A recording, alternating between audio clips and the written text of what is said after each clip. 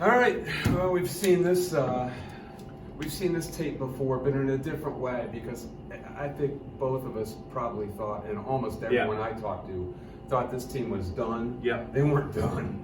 They weren't done by a long shot, and they stood and fought. But again, another close loss to Ohio State, who always has a couple of five-star kids.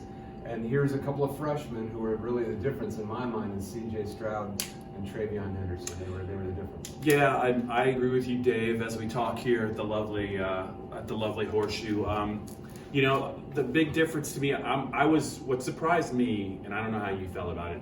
I just didn't think that health-wise, Sean Clifford would be that much more improved physically from the Illinois game, and he clearly was, and he had to be, because they beat the hell out of him. He got sacked 4 times. He got hit a bunch of times. He played great. He played very tough. He did make a couple of mistakes, but you know what? On the road, at what he's been through, I thought he played a game that could have won against almost any team in the country on the road. It didn't work out. Penn State's running game, again, continues to just be a major thorn in their sides. And it really, Dave, 2 plays really kind of swung this game and decided it. I thought, for Ohio State, the defensive score in the first half, it's really hard to overcome a defensive score. And when Travion Henderson got loose for that 68-yard run after Penn State played fantastic defense against him. 27 carries for 152 yards. That 68-yard run, really, though. Penn State just does not have an answer for those kinds of plays, and against Ohio State on the road, it shows up. And Stroud, when he was under pressure, and the defensive front played a great game. The secondary, except for one mistake, played a great game. The mistake in coverage against Olave for the 38-yard touchdown. Right. The defense stood and delivered over and over. They made goal line stands. They forced, in the red zone, forced 1 for 6 into field goals twice. They kept keeping them in the game. But the scoop and score was so freaky because it's a defensive tackle going, what was it, 57 yards. And but it's just hard. It's hard to give that up when you're playing this team. It just is, and it was so sudden. And there were moments in this game where I was thinking, hey man, if Penn State's defense can continue to play like that in the red zone, they're going to have some chances to win this game. And they certainly did. But boy, Dave, the running game for Penn State is just a problem. And I think the positive I would take away, if you're a Penn State fan or you're Penn State's players and coaches, is if they can play like this, and Clifford can stay healthy against Michigan and Michigan State, I think they're going to be in both those games, and I wouldn't count them out of either one. No, and we came into this game thinking they could lose them all. 7-5, 6-6. And now we're thinking maybe they could win them all. I don't know. They seem to play up to a challenge for certain. This is maybe one of those teams. Yeah. On the other hand, they weren't really healthy before. I mean, they've got a lot of nerve, this team. We thought they were finished by that Illinois performance. Yeah.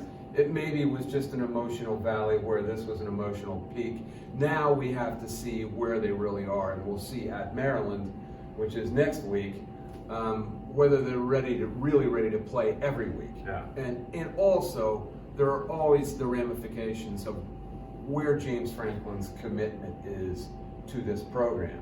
Yeah. And if he's not going to make that clear, the doubts will begin to seep in more and more and more. Bargaining is one thing. Everyone has the right to further their career or change their careers. Yeah. But the facts are, when it gets to November and you don't know whether everyone's on board, especially the head coach, it can affect the team. Yeah. So we'll see how that develops moving forward. Yeah, and just one quick thought on Ohio State. They're now 7-1. To me, I just want to. This is a team that you can just tell Ryan Day, and we probably know this. They're going to try and outscore you, and if they can do what they normally do and get into the 40s, they're going to be tough to beat. But if you can slow them down and play great red zone defense against them, I think that you kind of saw the game plan to maybe beat this team. If it's not Penn State, maybe another team. If you can hold them to field goals and they can make a couple of mistakes, they don't look ordinary, but they do not look unbeatable. No, not at all. Yeah. I mean, they look a cut below either Georgia or Alabama to me. Right. And maybe beatable by Michigan. I mean, it's possible by either Michigan or Michigan State because their defense is not scary in any way. I mean, Penn State was moving the ball on several occasions. Even when they got down 27-17, they were moving the ball. And Clifford was completing one pass after another. I think he completed 5 straight passes on a drive that made it 27-24.